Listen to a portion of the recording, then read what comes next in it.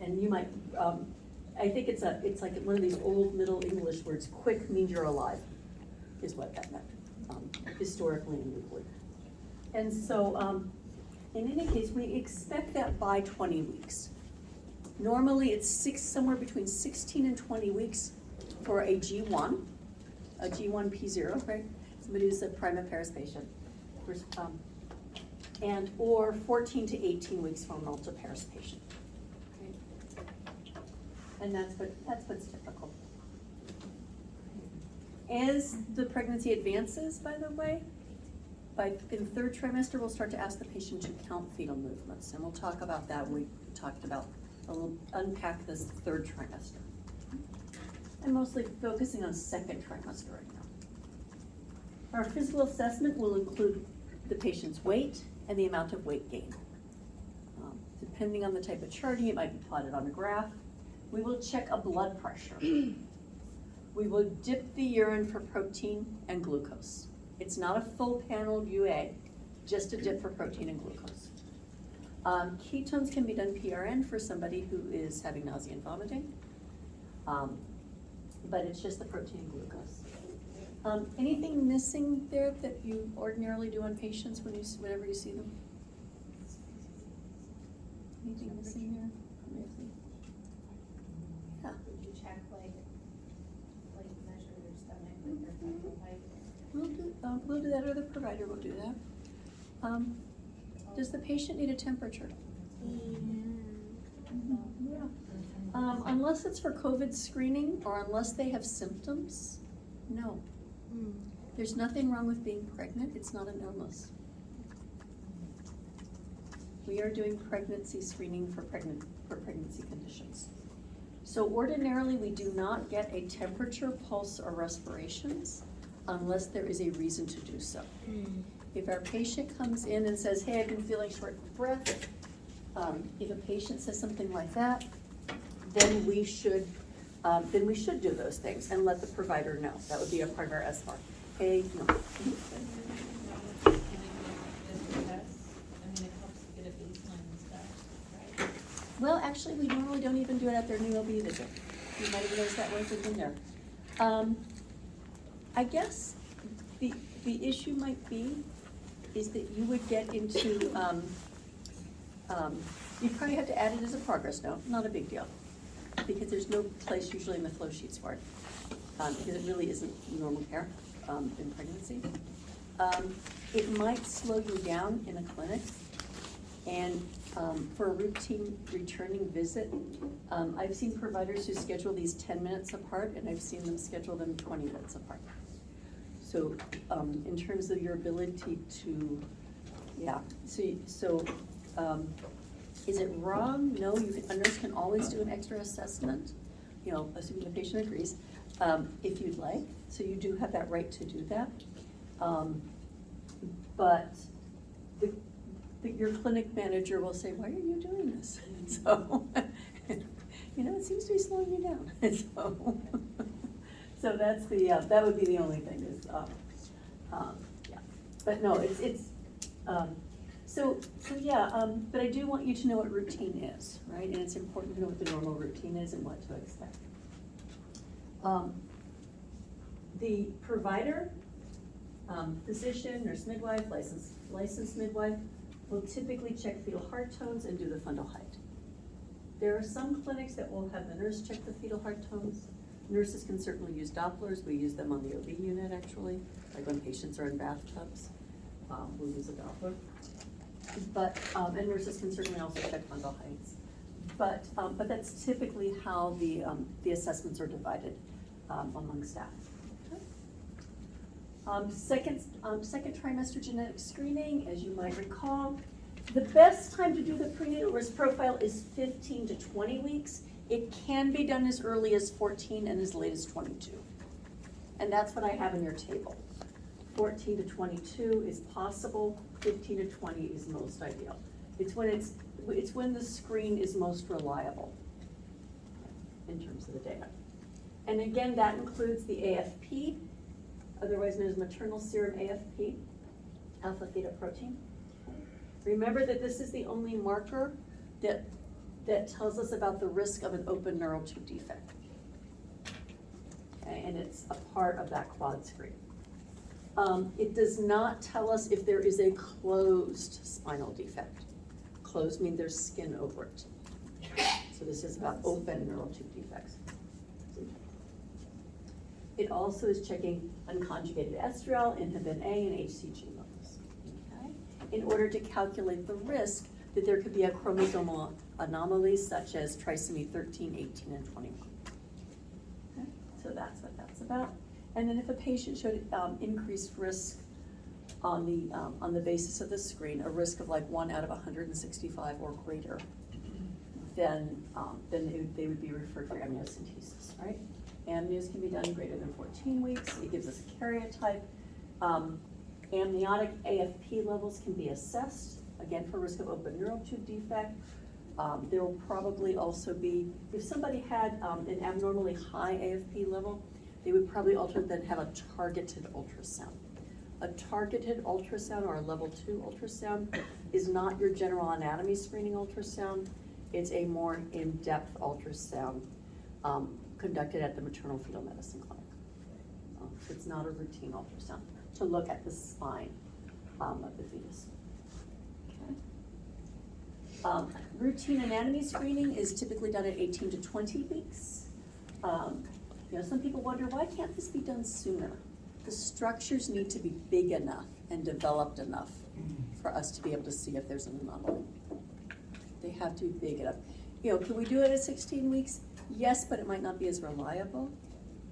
And so that's the thing. And and you might say, aren't we looking at anatomy all along? Yes. But if if a fetus is only this big, like they are at 12 weeks, you're gonna have a hard time knowing if there's something like a VSD, like a ventricular septal defect, because the heart's only that big, deep in the pelvis. And so there are some limitations to early screenings, and that's helpful to know. Okay. And one of the reasons that's helpful to know, by the way, whenever you're a nurse looking at a report and a chart, you ask yourself, how reliable is this data, right? I mean, a hematocrit's a hematocrit, right? That's solid. But radiology is, their early scans are not that great at anatomy. I've even seen late sonograms be wrong about things like gender and things like that. In fact, one April Fool's Day, a certain cardiologist I know who had wallpapered the nursery room in pink roses gave birth to a baby boy. Now, I don't think I think it's okay for an assigned boy to have pink roses, but that was not normal in their family, and they were surprised. So please be aware that people do have surprises. And so, I'm not worried about, I'm personally not worried about gender. I just want to make sure, is the baby's heart okay? Are they okay? Right? Are they healthy? Right? Placental localization will be a part of that ultrasound. This is really important in nursing to know this. If the placenta appears to be low, or might appear to be a placenta previa. Placenta previa is when the placenta is over the cervix, right? So I'm just gonna have my model, I don't have a cervix here, but I have a model pelvis and a pregnancy model. So let's say early in pregnancy, it looks like there might even be a placenta previa. One of the things that we will typically repeat this ultrasound if it looks like a previa at 18 to 20 weeks. We'll usually repeat it about 32 weeks. So if you see something that looks like a previa on an early ultrasound, look again at and see if they did a later ultrasound. They should have. One of the things that happens is that as the uterus develops, sometimes it appears that the placenta moves. Okay? So it might look like a previa, but as the uterus is growing, then the placenta appears to clear than the cervix. So something that looks like a previa at 18 to 20 weeks might not really be a previa. The uterus is not full grown yet. And we talk about, and this always strikes me as kind of funny because I'll use this word in ultrasound reports. They'll talk about the placenta migrating. the placenta is not roaming the uterus. We have such colorful terms. It's migrating. Radiologists don't want to admit they can't always see things well, or that there are things that are developmental, right? So was the placenta really over the cervix? Probably not really. It was just needed, the lower uterine segment needed to develop and grow. And the lower uterine segment wasn't fully developed yet at 18 to 26. Right? So be aware of that. If somebody has a placenta previa, can they have cervical exams? Can a nurse do a cervical exam on the labor and delivery unit if the placenta's over the cervix? No. No. I didn't do like a record. Yeah, we could poke our fingers right into that placenta and trigger a massive bleed. So that's why this is important and why nurses need to look at ultrasound reports. And so you might wonder, so you might even wonder, do doctors look at this? Sure they do. We look at them too. Yeah. How far the placenta should move away from the cervix to be considered not previa anymore? Yeah, usually the diagnostic imaging folks will do that, but we want the cervix to be clear of the placenta. We want the cervix to be entirely clear of there are different degrees. Some people will talk about a marginal previa or a low-lying placenta. It is thought, it doesn't happen often, it is thought that people who have a marginal previa on the edge of the cervix may be able to safely labor and not need a C-section because the baby's head acts as a tamponade against that edge of the placenta. Certainly that would be a discussion between the provider and the patient about how to best and most safely deliver their baby. Low-lying placentas, here's another good thing to know. The low-lying placenta previa, marginal previa, low-lying placentas, these are all serious risk factors for hemorrhage for that patient. So that's another reason why we look at ultrasound reports and we pass on this information to each other in report. So if you're the admitting nurse, you're combing through this information and you're ensuring that your SBAR to other nurses, your handoff SBARs and your provider SBARs include that information. At 2 in the morning, if we're giving a report to a provider who's at home, they don't remember. So, yeah.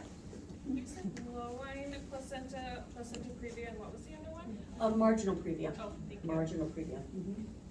And so this is a serious thing, and something that we need to know about. Okay. All right. This is a little face. Good morning. And so, all right. Sometimes people have asked me about like the 3D ultrasound, like our fetal development video had some 3D ultrasound. The parameters and data that we have and research is all based on 2D rather than 3D. So people debate. Clinics that own 3D ultrasound are always behind it, but those who have 2D ultrasound, there are biases. But so I can't say that it necessarily gives us better data. Okay. The World Health Organization considers ultrasound to be an option, but not a requirement in prenatal care, by the way. It wasn't shown to reduce the incidence of babies having birth defects at birth. So it can look at things, but it can't stop problems. And so that was why it's an option. All right, we're going to continue protein and glucose checks every visit, every time we see the patient, no matter what. At 26 to 28 weeks of gestation, we will perform another antibody screen if the patient is RH negative. RH negative means they do not produce the RH protein. If they have an RH positive baby, then there is a possibility they could develop antibodies that could cross the placenta and destroy their own baby's blood. Okay, we'll talk more about that. But there's ways we can prevent that. Okay, there are ways we can prevent. We are also going to do gestational diabetes screening, either a 1 hour 50-gram glucose screen with a 3-hour GTT for elevated results, or we can do a 2-hour, and really we should call this an OGTT, a 2-hour OGTT. The 1 hour is not fasting, the 3-hour is, the 2-hour is fasting. We may repeat the hematocrit and hemoglobin. We may repeat an RPR. And so antibody screen for Rh negative patients, gestational diabetes screening, which can happen in a couple of different ways, may repeat a hematocrit and hemoglobin, may repeat RPR, which is a syphilis test, okay? Risks in the second trimester, placenta previa, as I mentioned, is one of them. If a patient has unexplained painless bleeding, that would be unusual. Unexplained painless bleeding is the major symptom of placenta previa. Placental abruption, and again, we'll talk more about each of these actually, is when a portion of the placenta, or completely, it can happen completely too, pulls away from the wall of the uterus. It separates. A portion of the placenta, or even the complete placenta, separates. Abruption can also cause hemorrhage in pregnancy.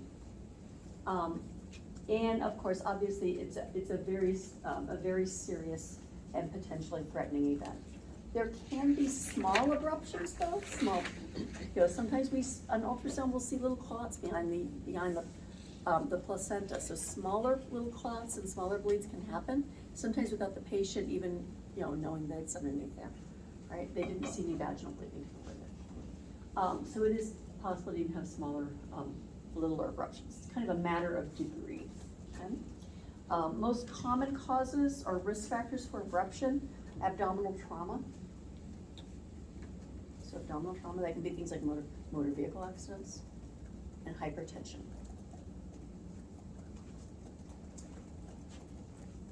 Once gestational age is greater than 20 weeks, some states use 22, but we'll go with 20 weeks, is preterm labor. Preterm labor, right? 20 weeks is our line from where there's a risk of miscarriage and then risk of preterm labor. We would consider the fetus advanced enough to consider this labor then.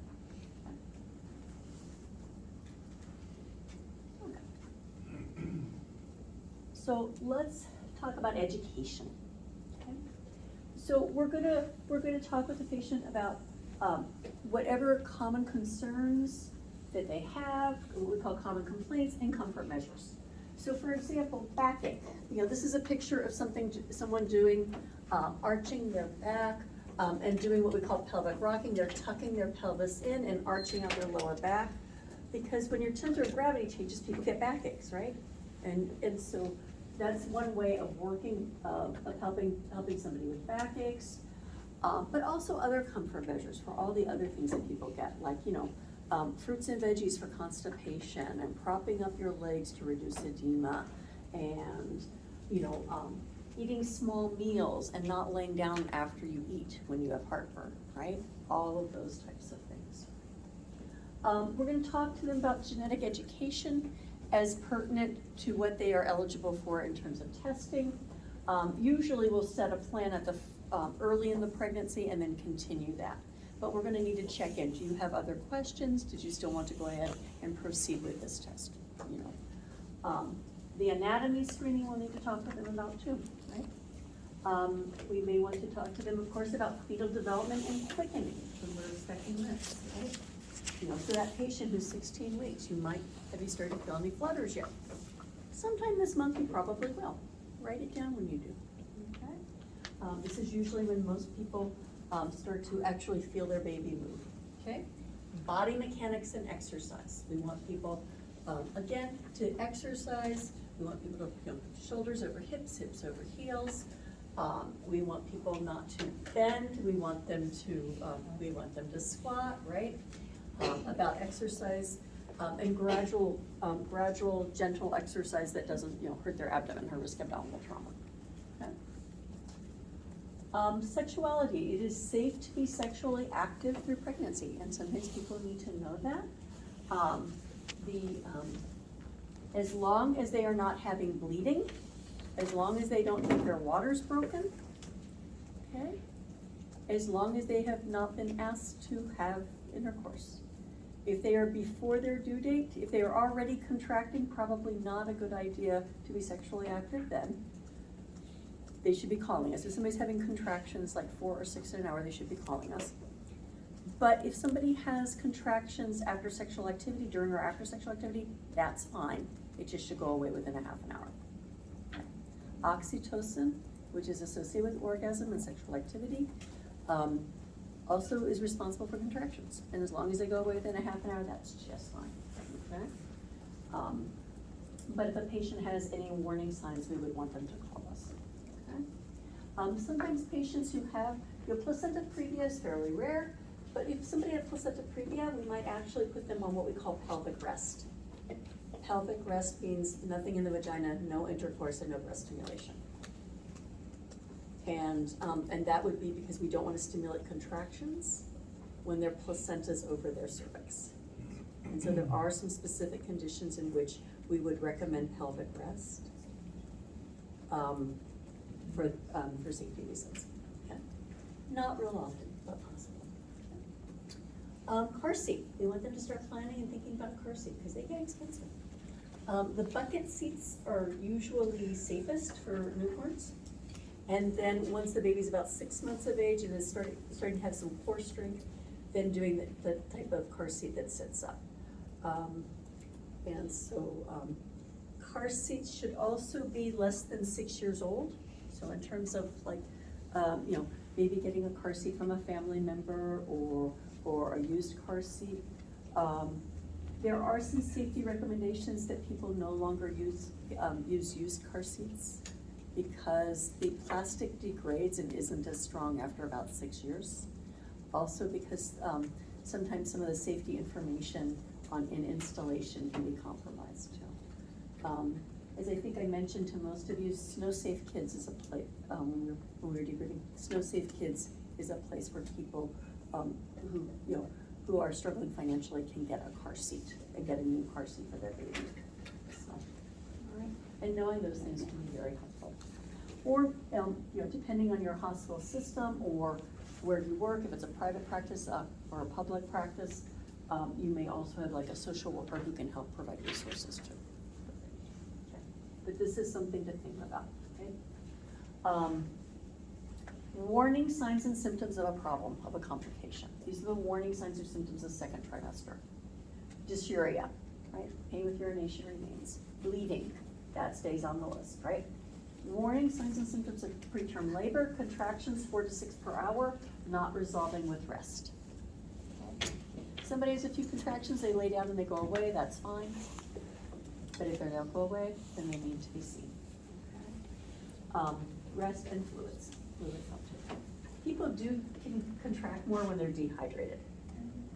4th of July, let me tell you, we see a lot of people on Labor Day or 4th of July for dehydration. So there you go. Is there a certain time period that you want them to try to rest before calling in, like a couple hours or? It depends on how long they've been contracting. If somebody calls me up, and this is kind of a judgment thing, right? If somebody calls me up and says, I've been contracting all day, come in now.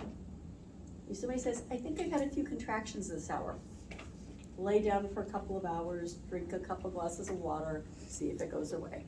If it goes away, great. If it doesn't, call me back. Okay. Yeah. So there is an aspect of judgment. When in doubt, bring them in. If you're triaging a phone call, when in doubt, bring them in. If you're not sure, do that. If they have rupture of membranes, premature rupture of membranes, okay? Premature rupture of membranes. They think their water's broken. It could be a gush of clear fluid or a trickle of clear fluid. They should be seen. This one, you don't wait on. They should be seen. If they think their water's broke or discussing symptoms that their water is broken, they need to be seen. Any gestation, anytime. Bloody show, bloody mucus. I'm not worried about bloody show at full term. This is second trimester, right? They should not be having bloody show in the second trimester. So part of this is the timing. 26 weeks, that's not good. 38 weeks, that's just fine. Right? So this is about preterm labor. And this really isn't many contractions. But it's just that this is an inappropriate time to have contractions. This represents risk. This represents risk, okay? Persistent vomiting.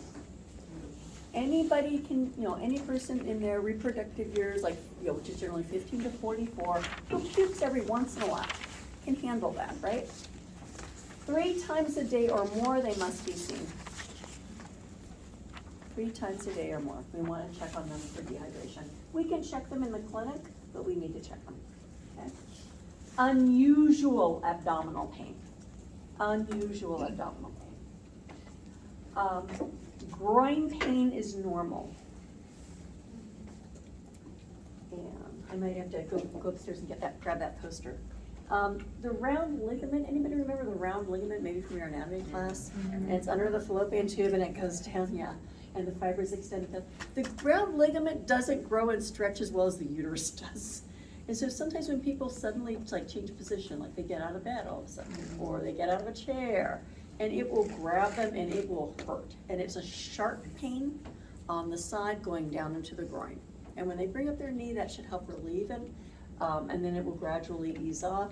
So groin pain is not unusual. And people will call because it feels sharper and worse than it should for something in pregnancy.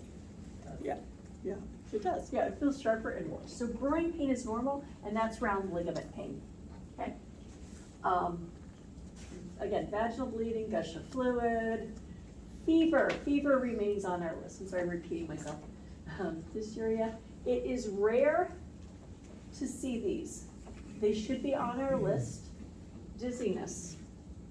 This would be unusual in second trimester. Headache. Epigastric pain. These are warning signs of preeclampsia. It is unusual to see preeclampsia earlier than say 24 weeks. Okay. And historically, the definition was after 24 weeks. So 24 weeks is still second trimester. I have seen eclampsia as early as 22 weeks though. So it does happen sometimes in extraordinary circumstances even earlier. So this would be unusual in second trimester, but not impossible. Seizure. When people are seizing, they don't call, it's their family who calls, by the way. So, you might not see this in all the warning signs lists because the patient can't call for this. Muscular irritability, that would be an unusual complaint. Usually people don't complain about that. I have to say, if somebody called me about decreased urine output, that I would take that very seriously. Because of the frequency of voiding in pregnancy, I've never had a patient call me ever in my life to say I'm not peeing enough. That's not a common, does that make sense to you? Okay. Remember, their baby is bouncing on their bladder, so people usually are more worried about incontinence or stress incontinence and having to pee all the time and getting up to pee at night. So very few people ever call to say, hey, I'm not peeing enough. But if they did, I'd take that very seriously. Does that make sense? Yeah. So you might see this listed in some of the books and not others, because these 3 things are unusual things for people to call about. Are these things I'm watching for in a patient who is preeclamptic? Yeah, they are. And are they serious concerns? Yeah, they are. Patients just don't tend to call about them. They're not usually the reason. All right, let's see.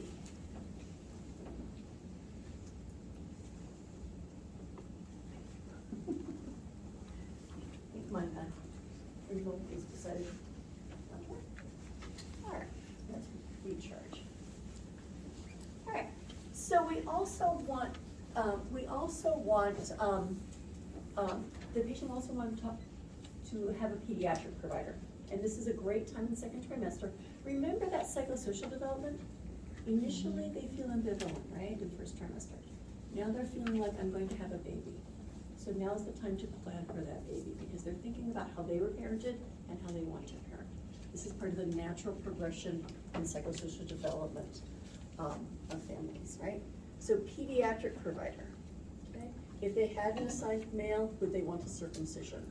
Infant feeding, lactation, they're gonna be wanting to think about that. Family dynamics and involvement, including sibling plans. And, you know, like, so how are they going to, you know, like, for example, who will be with them in labor, right? Who's going, if they have other children, who will take care of the children?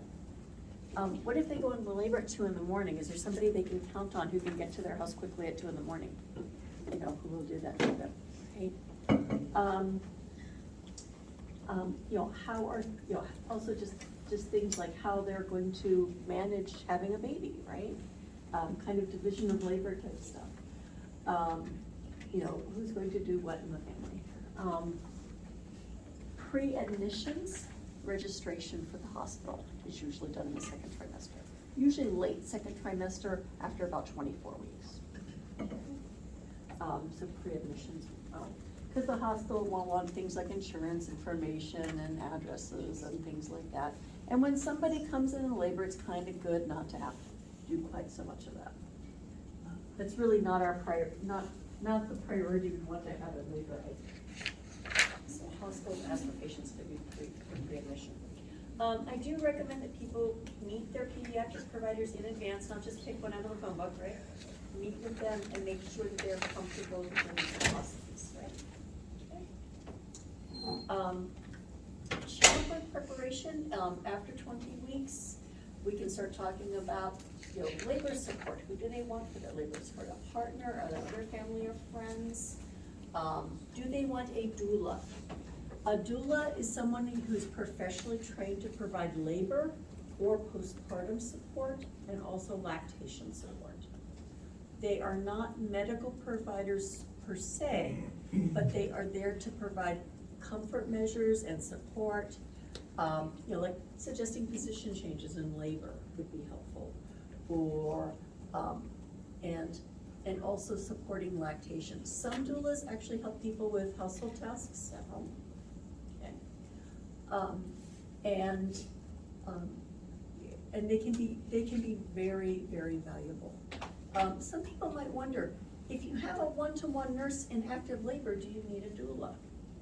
A doula is a great idea, because sometimes as nurses, we're busy doing this, that, and the other, you know, administration and charting. If we have a high-risk patient, we're charting every 15 minutes on that patient. And so sometimes doulas can be very helpful support. Here's another thing. There have been randomized controlled trials on the use of a doula in labor. It lowers the cesarean rate, reduces their need for analgesics. There are measurable, quantifiable differences with having knowledgeable support who is continuously at your side in labor. So they make a difference, so much so that they are covered by Medicaid programs. Okay? So the value of having someone by that patient's side every minute, okay? Sometimes, which really says something too, sometimes, do we want to provide as much support as possible in labor? Yes. Absolutely. And is every patient going to have a doula? No, most do not.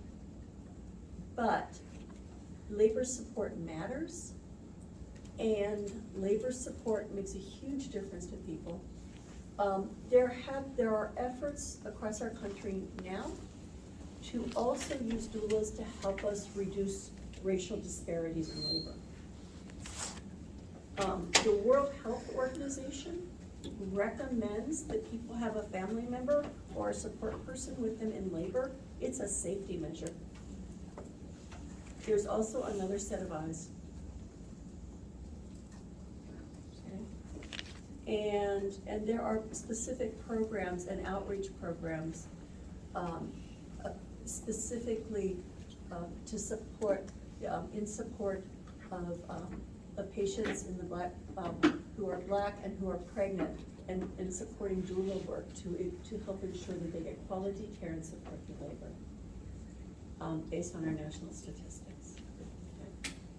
So doulas can be very important, and I like working with doulas too. It's nice to have exercise. It also, by the way, makes me more relaxed as a nurse. It's like, oh, good, my patient is fully, has this cared for, and so I'm not going to get off on my charting. You know, I've got So there's that one too. So please welcome doulas. Partners, and I encourage people to have whoever they're having for labor support, if their partner, if it's family or friends, to do childbirth classes with them. Childbirth classes also make a measurable difference. And so childbirth classes and and people who would not normally do childbirth classes in the second trimester will sign up for them and do them in the early third trimester. Okay? There are all kinds of ways to do this. I think most of our patients just do videos on YouTube, to be honest, at this point. But there are online programs, there are getaway weekends, there are all kinds of things that people can do. So there are all kinds of ways to do this. But I would recommend an organized program. That way you don't just get the pictures. I mean, is YouTube a great representation? I mean, yeah, I pull up some videos for this, that, and the other, but it doesn't show you everything, does it? And sometimes, it's, media representations of labor are not necessarily accurate, right? The average first-time labor is 16 to 18 hours. When did you last see a 16 to 18 hour labor video? See? Right.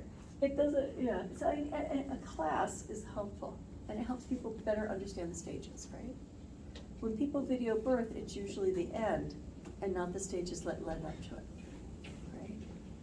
And media representations are not always reliable. So I do recommend that people do an organized class. Birth options and preferences, things like preps and enemas, in the bad old days of obstetrics, every patient who came in was shaved and given what was called a 3H enema. You probably have never heard of a 3H enema. Do you? I will use some impolite terminology here, but that was really what it was called, and it stood for high, hot, and a hell of a lot. So, pardon the terminology, but that was what it was true. And people rebelled against that. People started to rebel against that. But then some people said, I would feel more comfortable if I didn't stool when I was giving birth. And so some people prefer that, okay? Shaving came in vogue, it's now kind of going back out of vogue.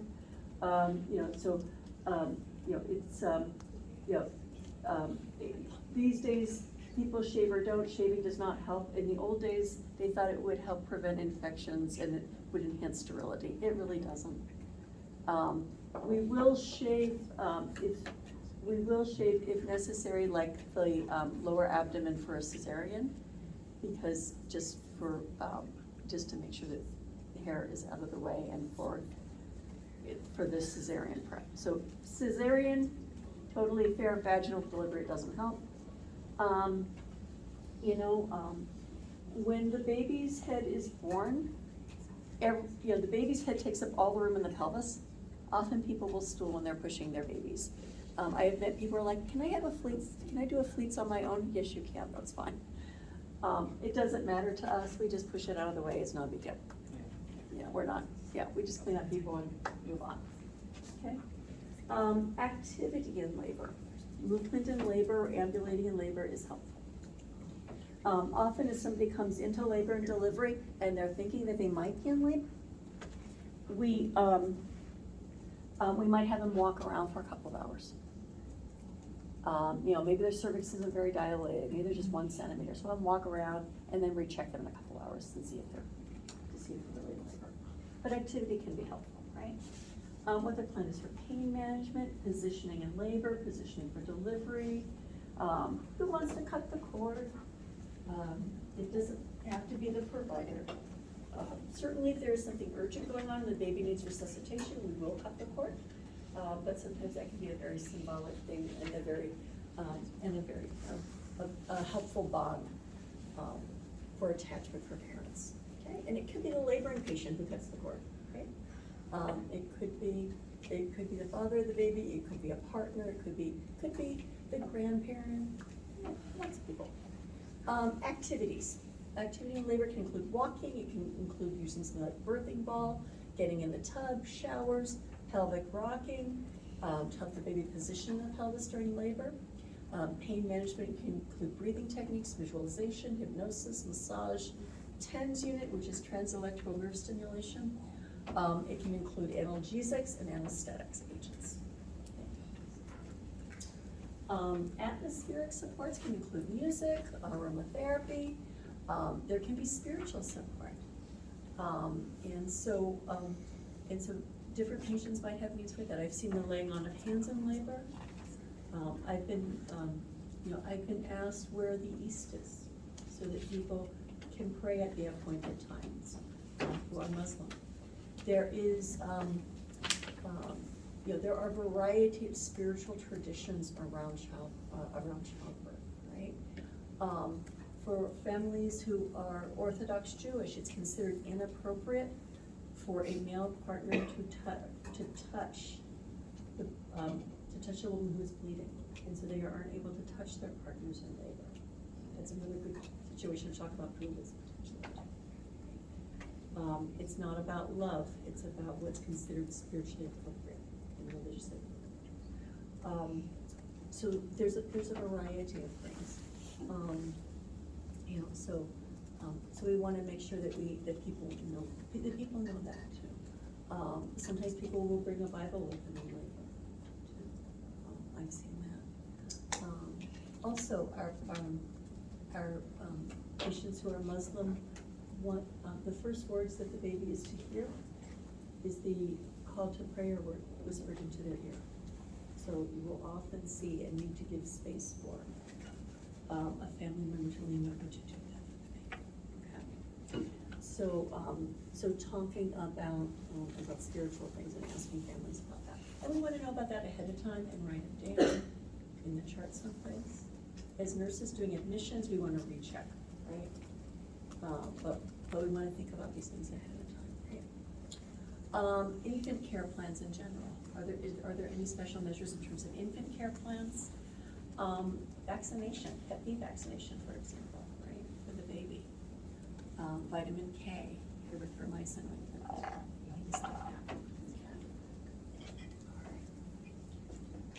Okay.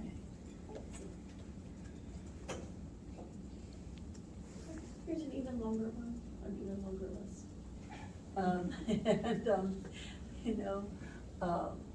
An even longer list. Where they want to deliver, is it, generally speaking, people have decided their birth setting when they chose their provider. Because for example, if you wanted a home birth, not just anybody does home birth, right? If you want a out of hospital birth center birth, you'd have to go to a provider that has privileges for that place. The vast majority of births occur in hospitals. Sometimes people want a particular hospital, so they need a provider who has privileges at that hospital. So usually the site of childbirth is chosen when they have their first OB visit. Okay? So be aware that there's a connection there between site of birth and provider. Okay? I know that's on the list, right? I'm expecting that out-of-hospital births will have gone up through the COVID pandemic, both because people who wanted to avoid the possibility of COVID in the hospital, and because early in the pandemic, there were hospitals that would not allow patients to have their partners with them in labor. And there were actually people who were protesting 2 years ago at this time. Pregnant people who took to the streets in New York to protest not being allowed to have anyone with them in labor, like laboring in a room alone, without anyone.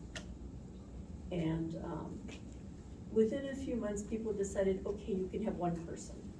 And then sometimes I think we got quickly to 2 people. You could have, so that way somebody could have a doula and their spouse. That's sort of our doula and partner. And so there were some very specifically defined rules about that. Last quarter, and I haven't heard an update yet. Last quarter, the patient was allowed to have 1 support person per day in general, right? And 2 if they were in labor. The second person could be a doula, and that was, but that may have changed since then. Katie, got an update for us? Yeah, my friend just retired there last week, so family friend. Right now it's the partner, one person's locked in for the whole time, you can't leave. And then the other person can be there during active labor, and then they have to leave. I think that's just family. I don't think that technically counts the doula or someone who's like an expert. Okay, all right. Cool, thank you. Yeah. And sometimes like for the antepartum patients, a lot of them change out. Like antepartum patients are people with high-risk pregnancies. Somebody said a placenta previa, you might be bleeding a little bit on and off, might be admitted. Somebody who's 26 weeks and their water broke, they might be admitted to the hospital and they might be there for weeks. And so, so that's something to be aware of too. So, we have rocking chairs, by the way. There are squatting bars. People can squat. People can work on their hands and knees. So there are all kinds of positions. Sometimes people want to take pictures or video, things like that. One of the things I like to, when people want to take pictures or video, I just kind of remind them that if sometimes they're counting on their partner to both take pictures and be their labor support. And I just kind of like to remind people, it's like, okay, your partner has one set of hands, so they might not be able to do both. Just to kind of, and it's like, oh, well, okay, well maybe I should have my mother there too or something, you know, have my mother take pictures. You know, but I kind of try to help people anticipate where they might run into snags in their plan. I want their plan to be successful. And I don't want them to be mad at their partner for trying to do two things outside her. So, you know, all right. And Laboyer method is in the tub, in water. It also means submerging the baby in warm bath after birth. Yeah, so things like that. Right? Some of these things, no separation after birth. We don't usually separate. We don't usually separate the baby from their family after birth, unless the baby needs neonatal ICU. And we will usually invite the baby's non-gestational parent to go with the baby, if they'd like. Okay. So. And all right. So let's take a break for 10 minutes.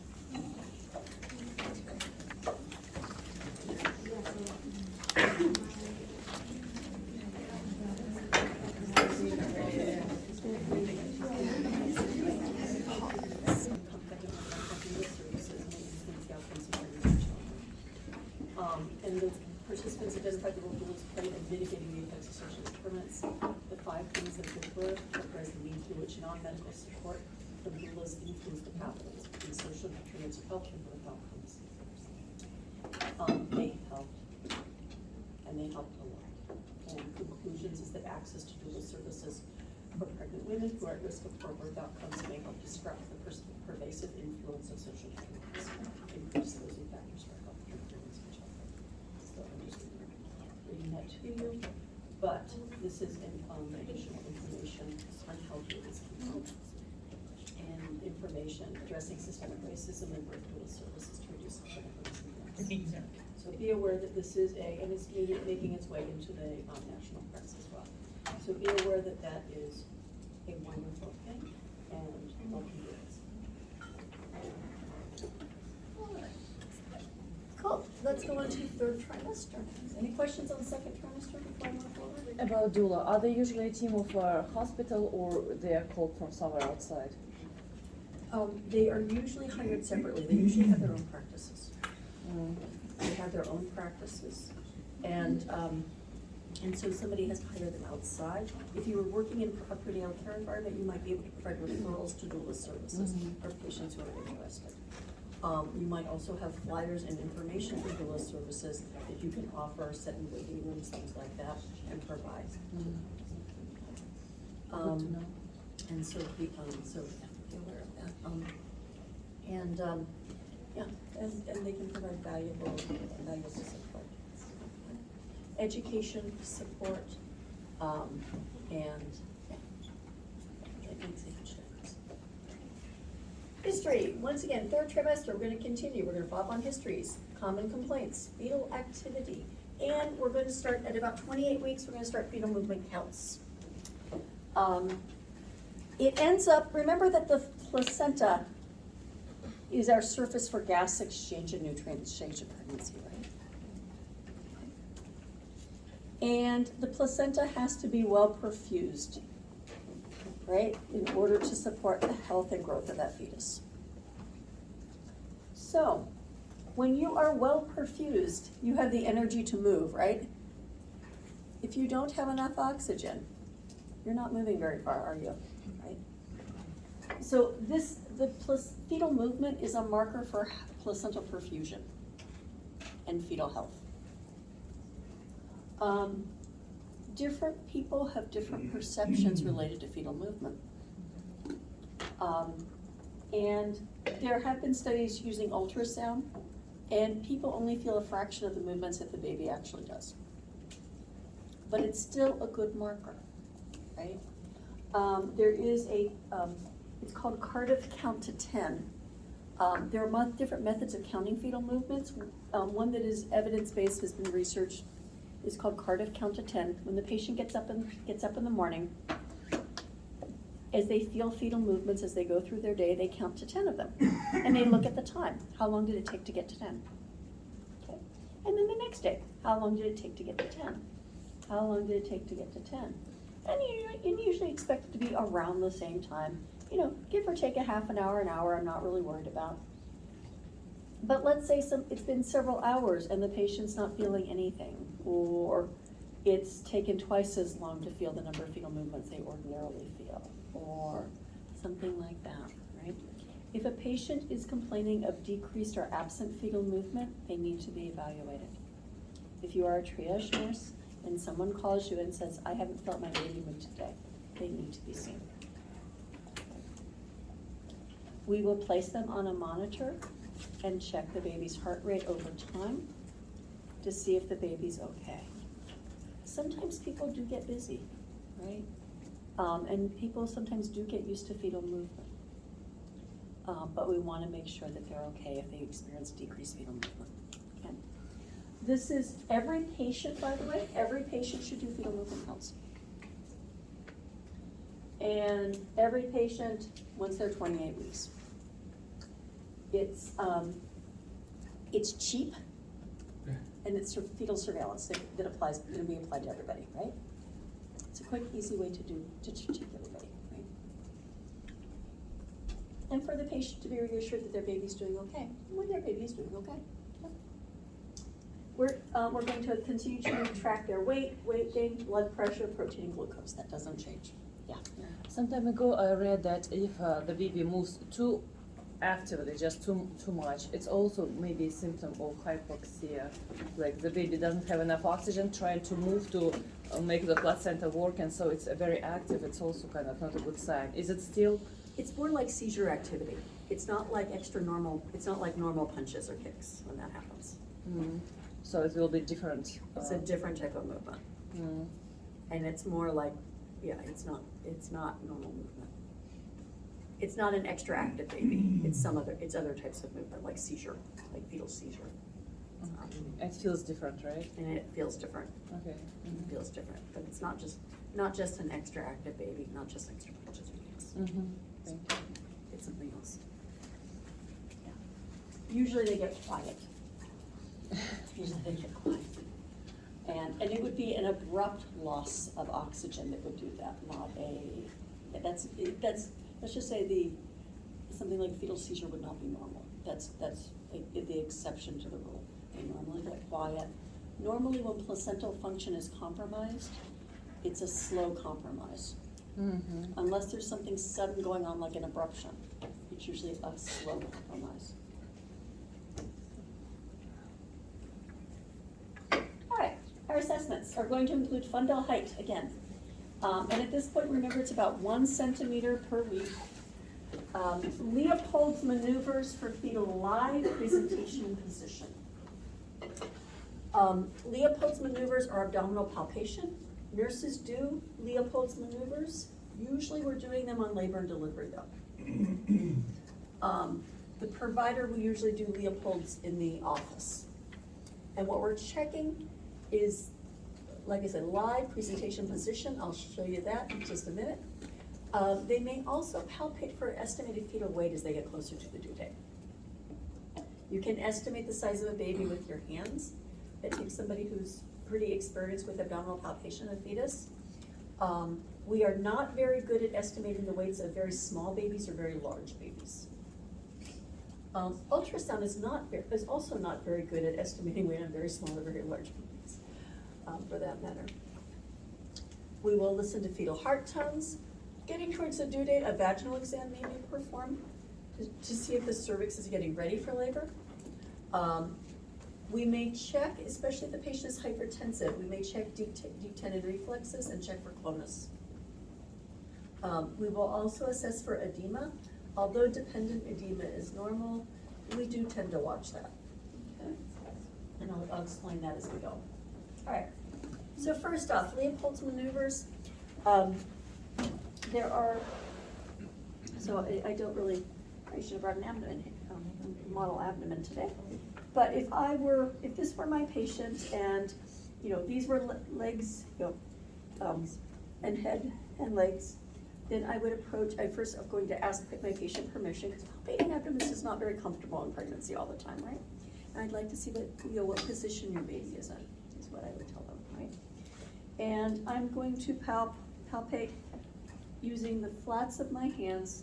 I'm going to palpate above the symphysis on both sides with both hands. I'm going to try to feel deeply, and what I'm trying to feel is whether this is a head or a butt. Is this a head or a bottom, right? And if it's hard and round, head. If it's more angular, then it's usually the bottom, okay? So I'm going to palpate here. I'm going to then walk my hands up the side. I want to feel where the baby's back is. I can hear the heart tones best over the back. Please do write that down. We hear them best over the back. I'm going to continue my palpation, and then I'm going to palpate in the fundus for the baby's bottom. And then I'm going to put my hands on both the head and the bottom, and I'm going to compare them to make sure that this one feels more angular than this one. It is possible for the breech to feel like a head. Okay, so you want to compare them too. This one should be harder and rounder. So this one should be harder and rounder. Okay, so I'm going to compare them. Right? This will feel particularly sore to my patient, by the way. So I'm going to start first here. I'm going to walk my hands up the sides, feel where the back is, check the fundus, and then I'm going to compare the fetal part that's above the symphysis versus what's in the fundus. Yeah. So what happens if the baby's like lodged up underneath the ribs? You can usually kind of reach and angle your fingers down. I might try to push them down a little bit out of the ribs, which will make mother feel better, because having your baby under ribs is not comfortable.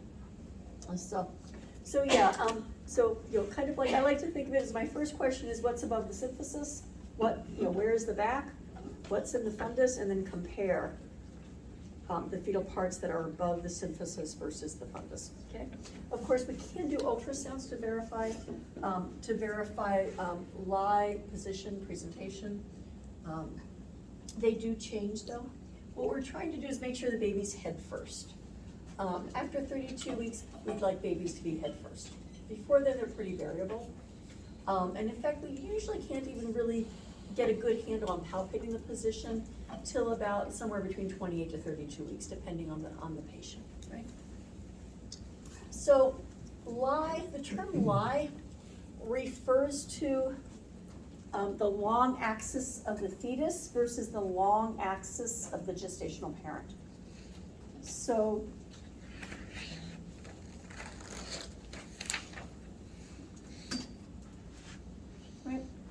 So this is a longitudinal lie, right? Longitudinal, the long axis of the fetus follows the same long axis of the parent. So this is a longitudinal lie with a vertex presentation. The vertex is really this part of the head, okay? This is also a longitudinal lie.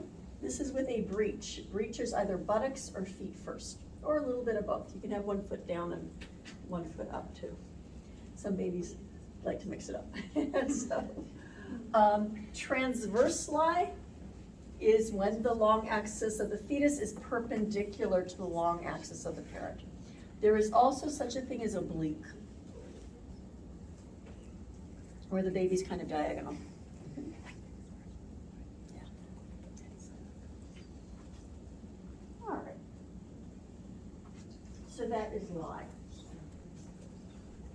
Presentation tells us which part comes first, which part is over the synthesis. Yeah, Kristen.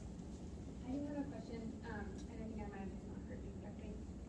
When you said you can hear the baby's heart beat through the back, does that mean the back of the mother or the back of the baby? Like Back of the whatever baby. side that they're facing? Back of the Okay. baby, yeah. I just wanted to clarify, thank you. Yeah, the back of the baby. There's all that amniotic fluid in the front of their chest and abdomen, so we can usually hear best over the back. Okay. So if you're asked where to place a monitor, see, one of the reasons nurses sometimes do Leopold's is to figure out where the back is, to where to place the monitor in labor. So that's why nurses tend to do that during labor. The provider will do it through the gestation because they're trying to figure out, is the baby breech or not? Okay. And breech refers to buttocks. It can also refer to foot. There's also such thing as footling breeches. There are different types of breeches. I just want you to know that a breech is either butt first or feet first. Okay. The concern with breeches, there's two main risks of breech delivery. Breech is considered one of the indications, medical indications to perform a cesarean section. There are two main risks for breeches. One is head entrapment during birth. That's most common in preemies. You would think the preemies would be safer breech deliveries, they actually aren't. A full-term breech delivery is safer than a preemie because their bodies are proportionally so much smaller and the head is more likely to get trapped if the cervix isn't completely dilated. So, and the other thing is cord prolapse, that the cord could drop down and get pinched against the pelvis. There's nothing to repeat. A baby who is like this is called a complete breech. The baby's completely flexed. The lower limbs are completely flexed.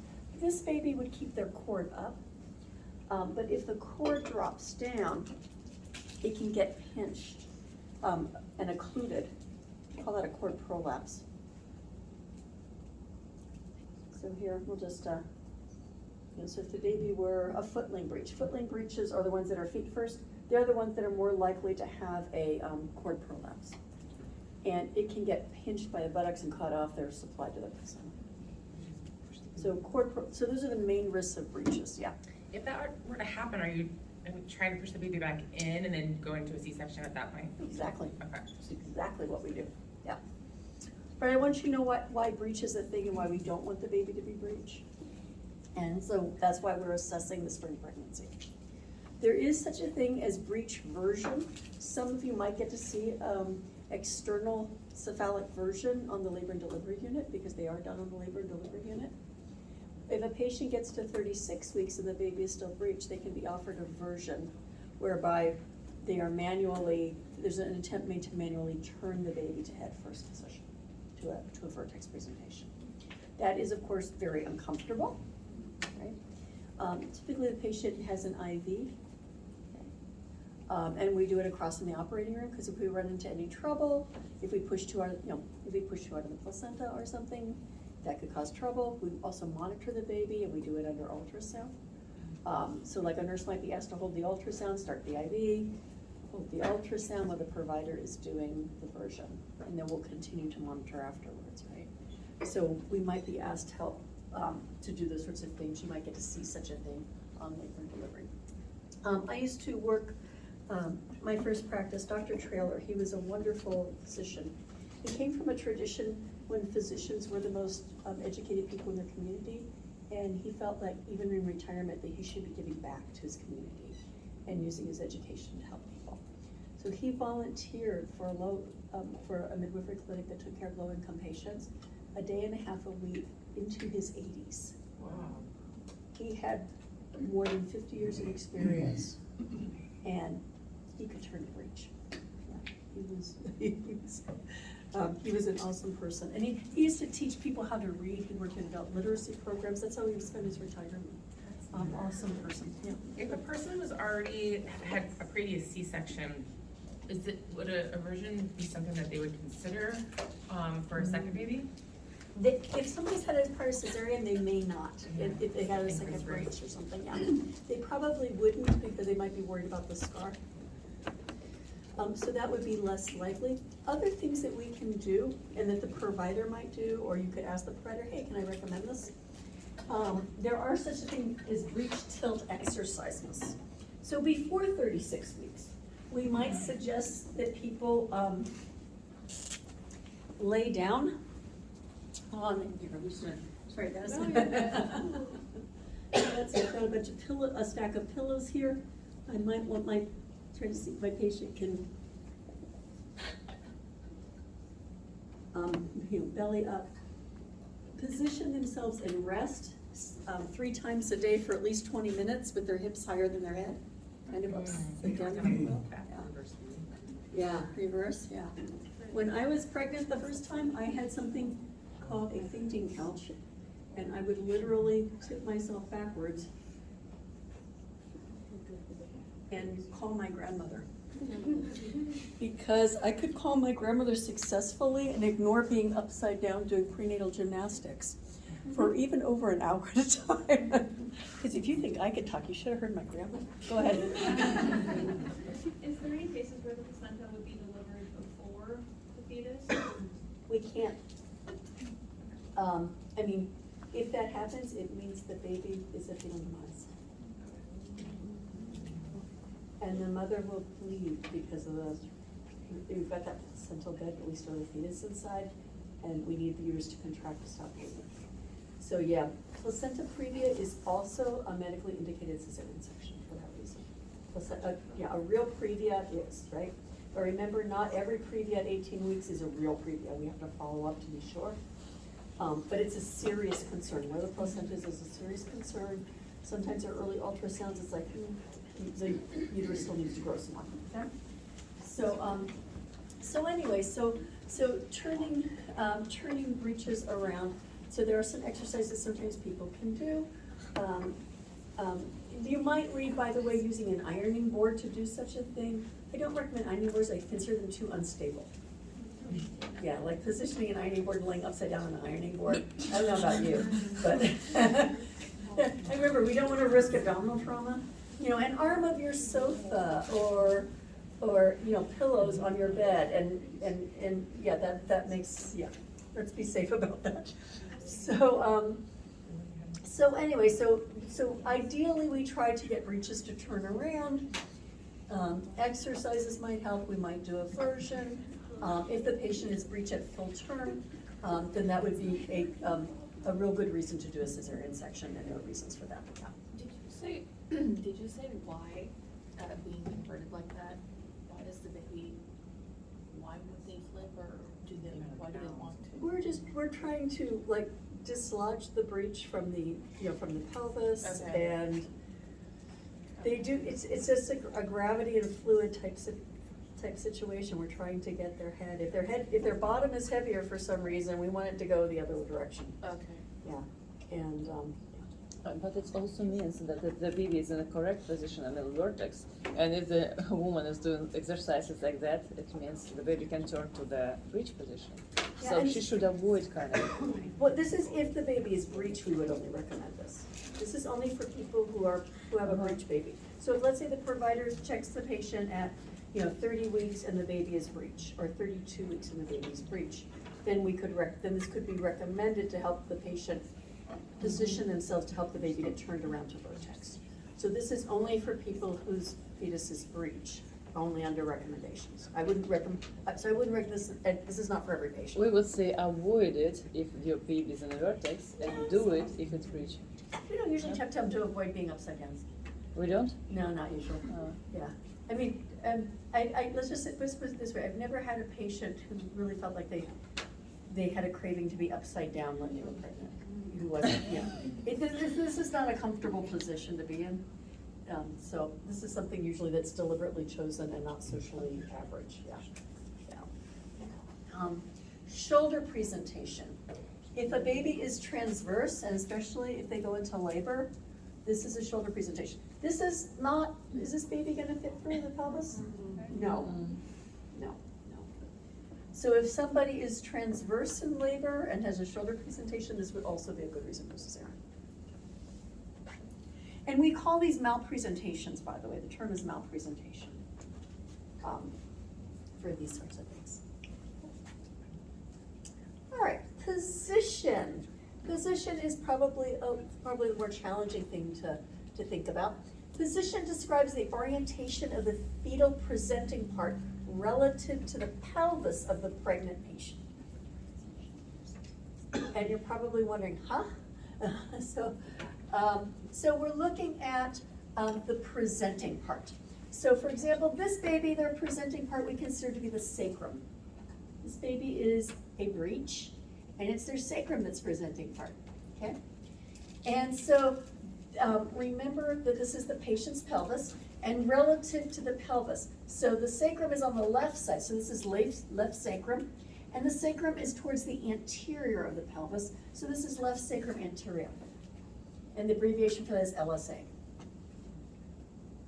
Okay. So, so our first thinking was the long axis of the baby, right? Transverse, up and down, oblique, longitudinal, oblique. And then we have which part is first, the vertex, or are they breech, or it could be shoulder. And then we have what position, like the rotational position of the baby. Right? So this is what we refer to as position. All right, so it's not just are you head first or breech, vertex or breech. It's not just are you longitudinal or transverse. It's also where is that head relative to the pelvis of the patient, relative to the pelvis, right? So remember when we talked about our abbreviations, we talked about OP and OA? That's what this is. Okay, so occiput posterior, the baby's head is in the posterior. The occiput is in the posterior. A direct OP baby, direct OP is looking like this. Okay, this is a wider diameter of the head to fit through the pelvis. Our preferred is occiput anterior because the baby can flex their head down. That's a, excuse me. All right, baby, bring your head down. Okay. And that's a smaller diameter to fit through the pelvis, and their head rotates then under the symphysis. Hello.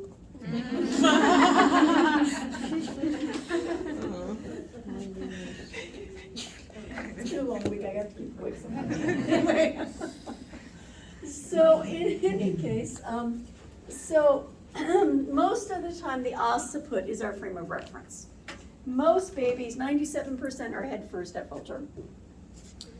And so most of the time it's our occiput, the occiput that's this. All right, so this is a baby who is direct OA. The occiput is directly anterior, direct OA, right? If the baby were in this position, they are right occiput anterior. This is right occiput transverse, or OT. Okay. This is right occiput posterior, or OP. Then this is direct OP. Left occiput posterior, LOP. Left occiput transverse. Left occiput anterior, direct anterior. In labor, and I'll bring this up probably again then, most babies are occiput transverse in some way, left or right, and then as they descend, then they start to rotate to that OA position and then can be born. And that's part of what we call the mechanisms of birth. There are babies who start labor OP instead. And so then we'll do things like position them, like on maybe hands and knees. And that gravity will help rotate the head back around and help bring the baby to an occiput anterior position. And those are nursing measures that we might do. So we might need to know position in labor to know how to best facilitate delivery and to encourage the patient to work in positions to help facilitate the movement of their baby through the birth canal. Through the pelvis. So, prior to labor, this is kind of academic. Babies are gonna be moving around in there, right? Right? You don't really know position best through an abdominal exam. You know vertex versus breech usually,